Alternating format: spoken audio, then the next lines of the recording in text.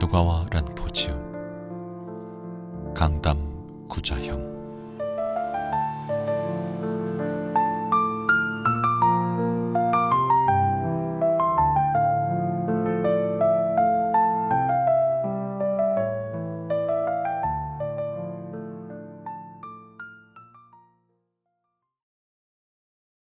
동생이 세상을 떠나고 일주일째 되던 날 밤이었다.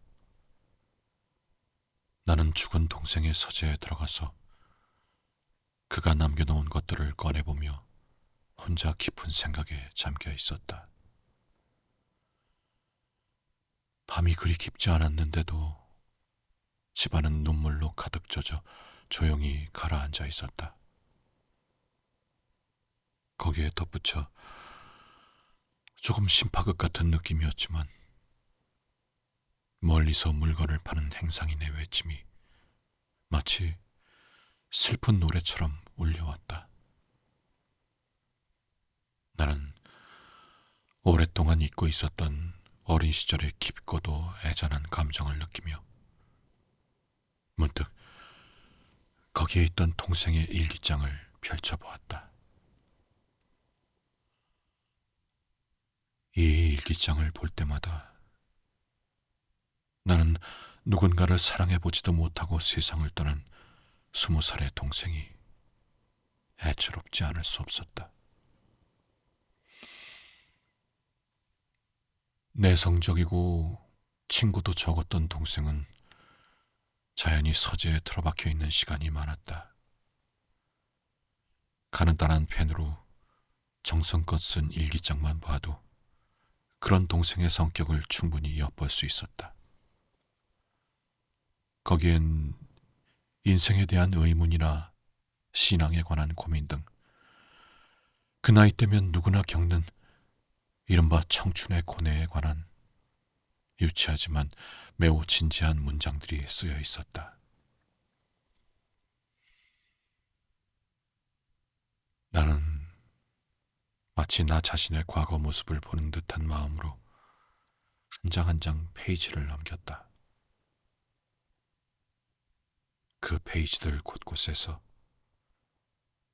거기 적힌 글의 깊은 곳에서 마치 비둘기 같은 동생의 겁먹은 듯한 눈빛이 가만히 나를 바라보고 있는 듯했다.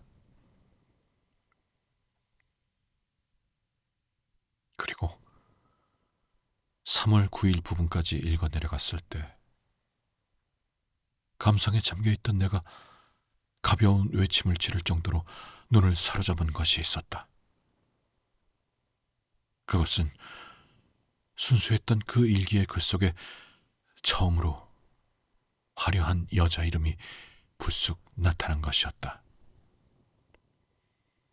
팔신난이란 인쇄된 곳에 기타가와 유키의 엽서라고 적혀 있었는데 그 유키에는 나도 잘 아는 우리와 먼 친척 관계인 집안의 젊고 아름다운 딸이었다. 그렇다면 동생은 유키에를 사랑했던 걸까? 나는 문득 그런 생각이 들었다. 그래서 나는 어떤 엷은 전율을 느끼며 그 뒤를 더 읽어 내려갔지만 내가 기대했던 것과는 달리 일기의 본문엔 유키에에 관한 내용이 전혀 나오지 않았다. 단지 그 다음 날의 수신란에 기타가와 유키의 엽서라고 쓰여 있는 것을 시작으로 며칠 간격으로 발신란과 수신란 양쪽에 유키의 이름이 적혀 있을 뿐이었다.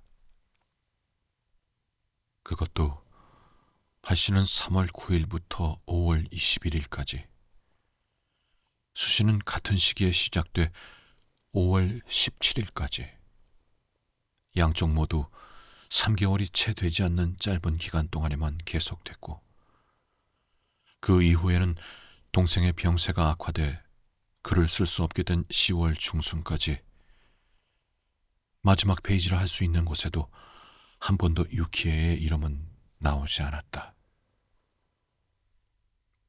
세 분이 동생이 보낸 것은 8번, 유키에가 보낸 것은 10번에 지나지 않았고 모두 엽서라고만 적혀 있는 것으로 봐 다른 이들이 볼까 염려될 만한 내용이 쓰여 있을 것 같지도 않았다.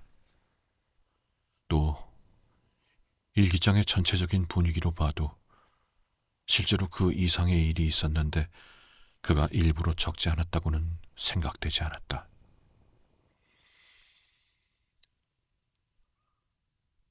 나는 안도하면서도 한편으론 실망스러운 기분으로 일기장을 덮었다.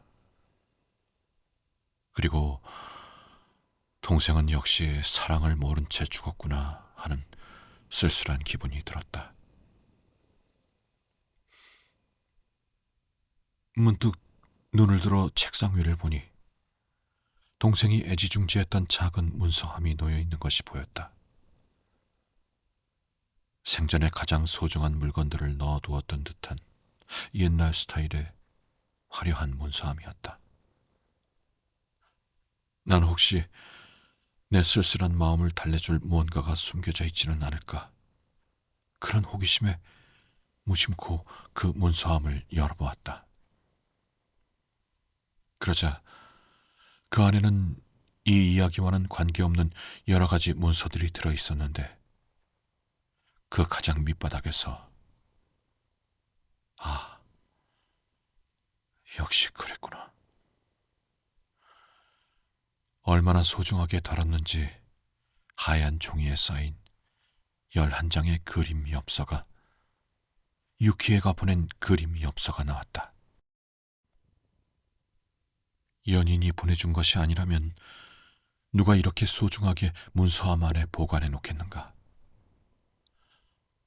나는 갑작스럽게 가슴이 두근거리며 그 11장의 엽서를 차례차례 살펴보았다.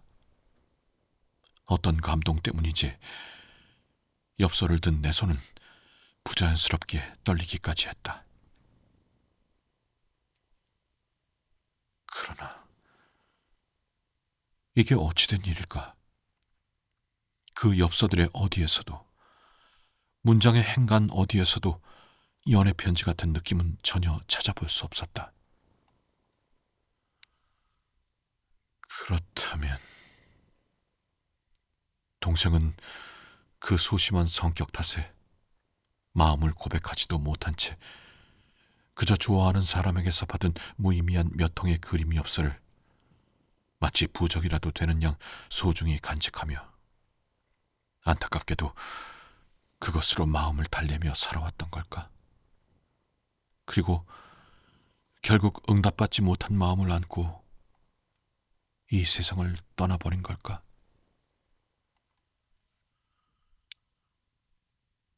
나는 유키의 엽서를 앞에 두고 또 여러 가지 생각에 잠겼다. 그러나 이게 무슨 일일까? 나는 곧 한 가지 사실을 깨달았다. 동생의 일기에는 유키에게서 받은 엽서가 10번이라고 적혀 있었는데 그건 아까 세봐서 기억하고 있었다. 지금 여기엔 11통의 엽서가 있지 않은가? 마지막 엽서는 5월 25일자였다. 그런데 분명 그날의 일기에는 수신란에 유키의 이름이 없었던 것 같다. 그래서 나는 다시 일기장을 집어들고 그 5월 25일의 부분을 열어보지 않을 수 없었다. 그러자 나는 큰 실수를 했다는 것을 깨달았다.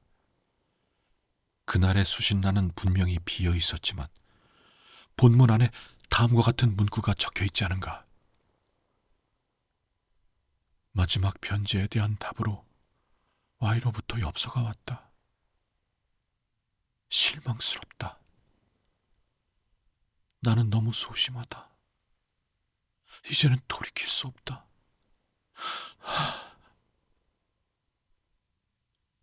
Y는 틀림없이 유키의 이니셜일 것이다. 다른 같은 머리 글자를 가진 지인은 없을 테니까. 그런데 이 문구는 대체 무슨 의미일까? 일기에 따르면 동생은 유키에게 엽서를 썼을 뿐이다. 설마 엽서에 연애 편지를 썼을 리는 없다. 그렇다면 그것이 이른바 마지막 편지일지도 모르지만 일기에 적지 않은 편지를 보낸 일이 있었단 것일까? 그리고 그에 대한 답으로 이 무의미한 엽서가 돌아온 것일까? 그렇다면 그 이후로 둘 사이의 서신이 끊어진 것도 그런 이유일까? 그러나 그렇다 해도 유키에가 보낸 마지막 엽서의 내용은 거절의 의미를 포함한 것이라고 하기엔 너무 이상하다. 왜냐하면 거기엔 이미 그 무렵부터 동생은 병석에 누워 있었는데 동생의 안부를 걱정하는 인사말이 아름다운 필체로 쓰여 있을 뿐이었으니까. 또한 그렇게 정성스럽게 발신과 수신 날짜를 기록하던 동생이 8통의 엽서 외에 편지를 보냈다면 그것을 기록하지 않았을 리가 없다. 그렇다면 이 실망이란 말은 대체 무엇을 의미하는 걸까? 여러 가지로 생각해보면 겉으로 드러난 사실만으론 해석할 수 없는 비밀이 있는 듯했다. 이것은 죽은 동생이 남긴 하나의 수수께끼로 조용히 그대로 남겨두어야 할 일이었을지도 모른다. 하지만 어쩐 일인지 내게는 조금이라도 의심스러운 사실에 부딪히면 마치 탐정이 범죄의 흔적을 조사하듯이 끝까지 그 진상을 밝혀내지 않고는 견딜 수 없는 성격이 있었다. 게다가 이번 경우는 그 수수께끼가 당사자에 의해서는 영원히 풀릴 수 없는 사정이 있었을 뿐만 아니라 그 진실이 내 인생에도 커다란 영향을 미칠 일이었기에 내 탐정스러운 본성이 더욱 강하게 나를 사로잡았다. 나는 어느새 동생의 죽음을 애도하는 마음조차 잊은 듯 그 수수께끼를 푸는 일에 완전히 몰두했다. 일기도 몇 번이고 다시 읽어봤다. 그리고 동생이 남긴 다른 글들도 하나하나 모두 찾아내 조사해보았다. 하지만 어디에서도 사랑이나 연애에 관한 기록은 전혀 발견할 수 없었다. 생각해보면 동생은 워낙 부끄러움을 많이 타고 또 극도로 신중한 성격이었기에 그런 기록이 남아있을 리가 없었다. 나는 밤이 깊어가는 것도 있고 아무리 생각해도 풀 수 없을 듯한 이 수수께끼를 푸는데 몰두하고 있었다.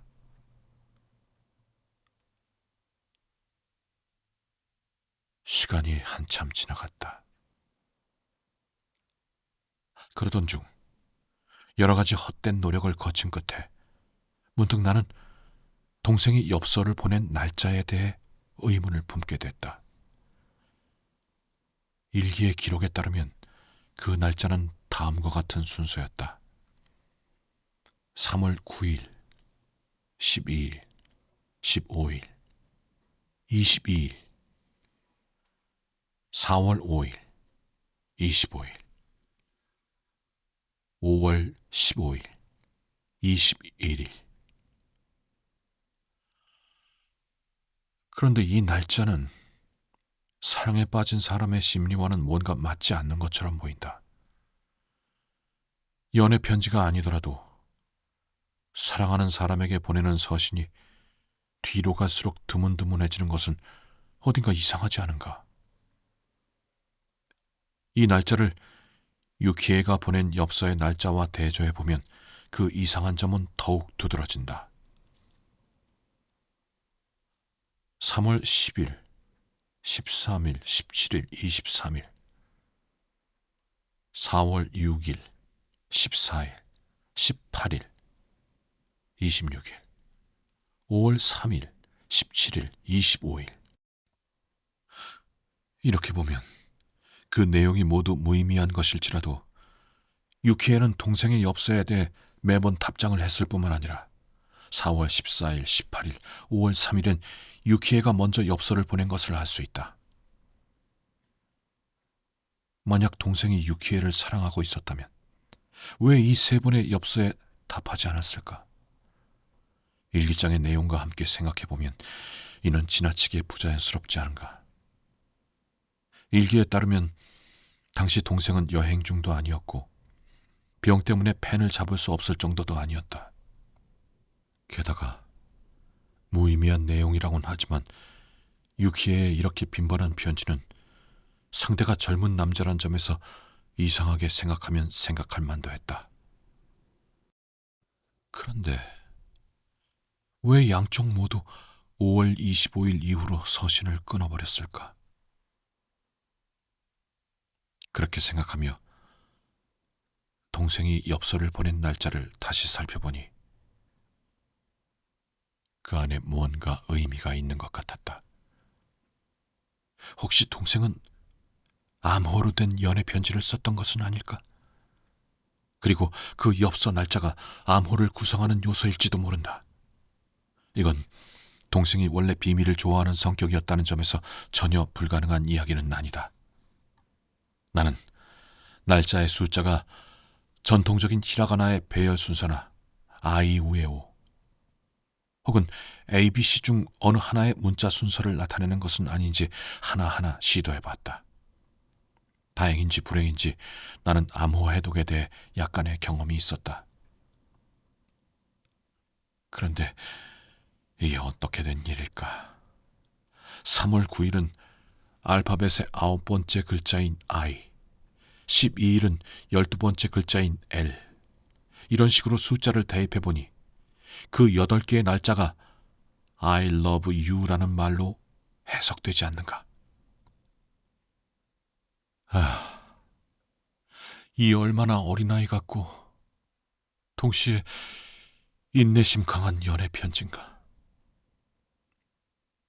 동생은 이 I love you, 나는 당신을 사랑합니다라는 단 한마디를 전하기 위해 꼬박 3달을 들인 것이다.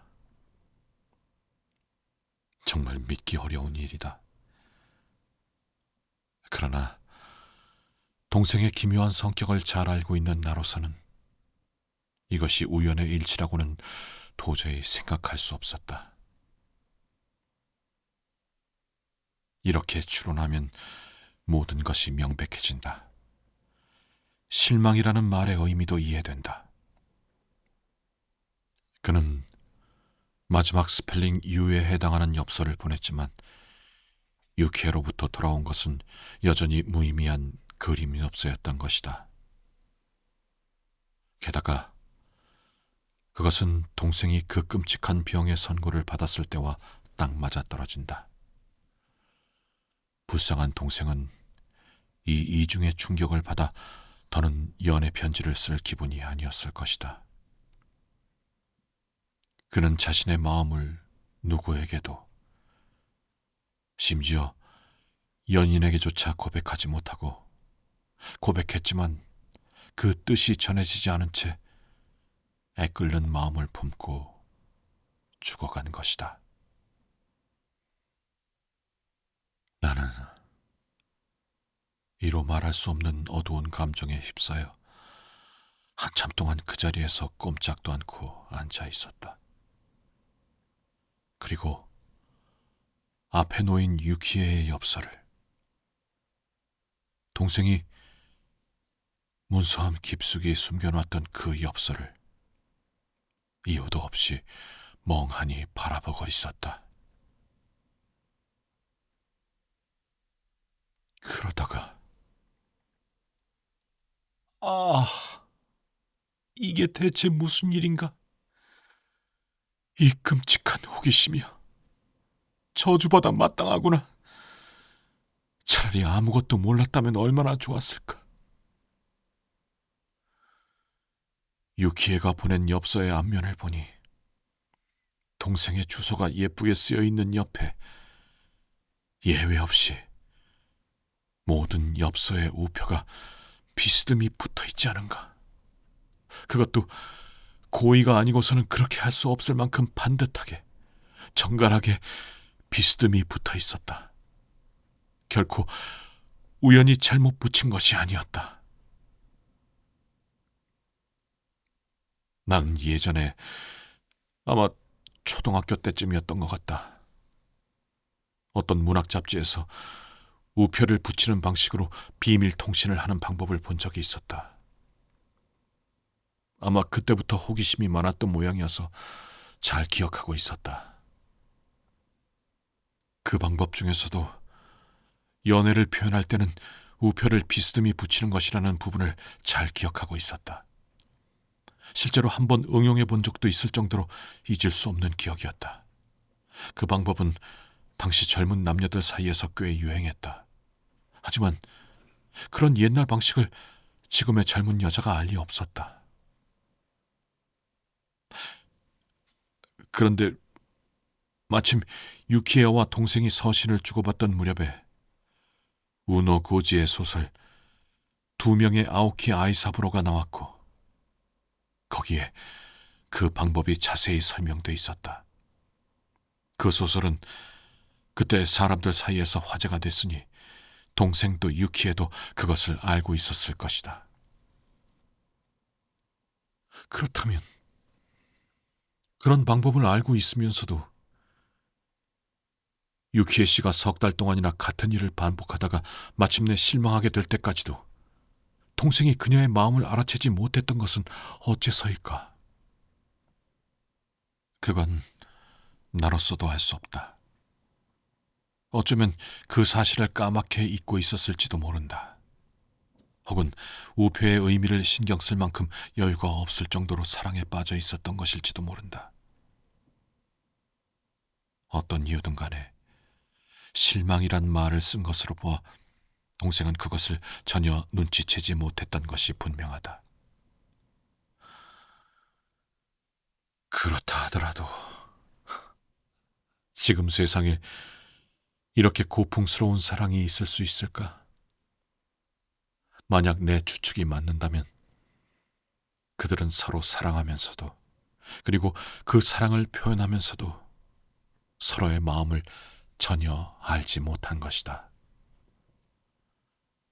한 사람은 깊은 상처를 입은 채 세상을 떠났고 한 사람은 슬픈 시련의 기억을 안고 긴 생을 살아가야 한다니 말이다.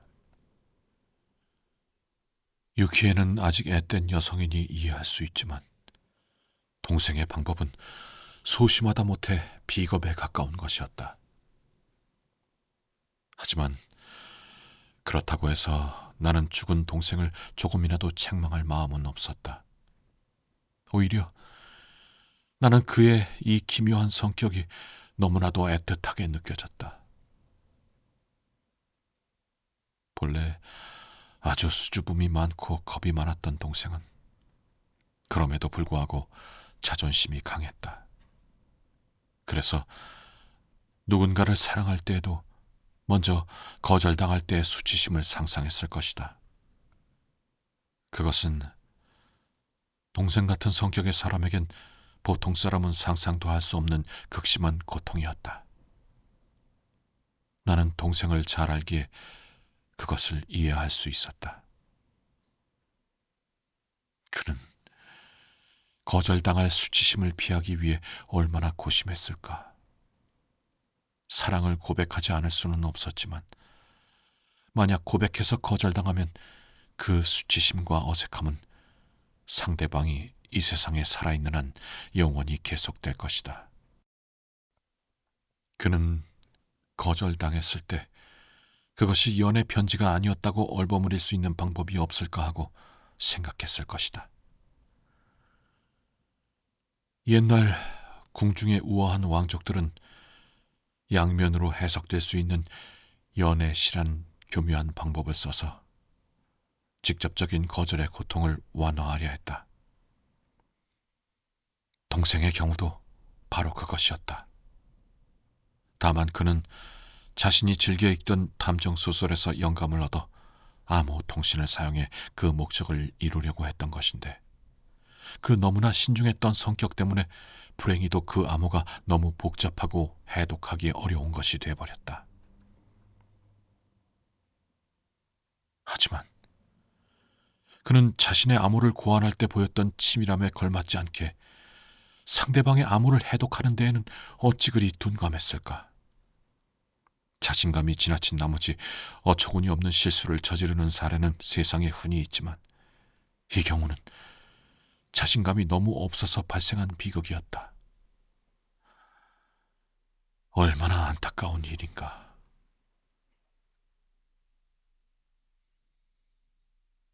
아, 나는 동생의 일기장을 열어본 것으로 돌이킬 수 없는 진실을 알게 되고 말았다. 이 심정을 나는 어떤 말로 표현해야 할까? 그것이 단순히 젊은 두 사람의 안타까운 실수를 슬퍼하는 마음뿐이었다면 그나마 나았을 것이다. 그러나 내 마음속엔 훨씬 더 이기적인 감정이 있었고 그 감정이 내 마음을 미칠 듯이 뒤흔들어 놓았다.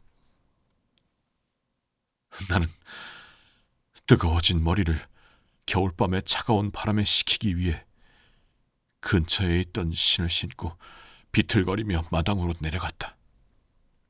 그리고 어지러운 마음 그대로 나무들 사이를 빙글빙글 끝없이 걸어다녔다. 동생이 죽기 2달 전 정해진 나와 유키의 돌이킬 수 없는 약혼을 생각하며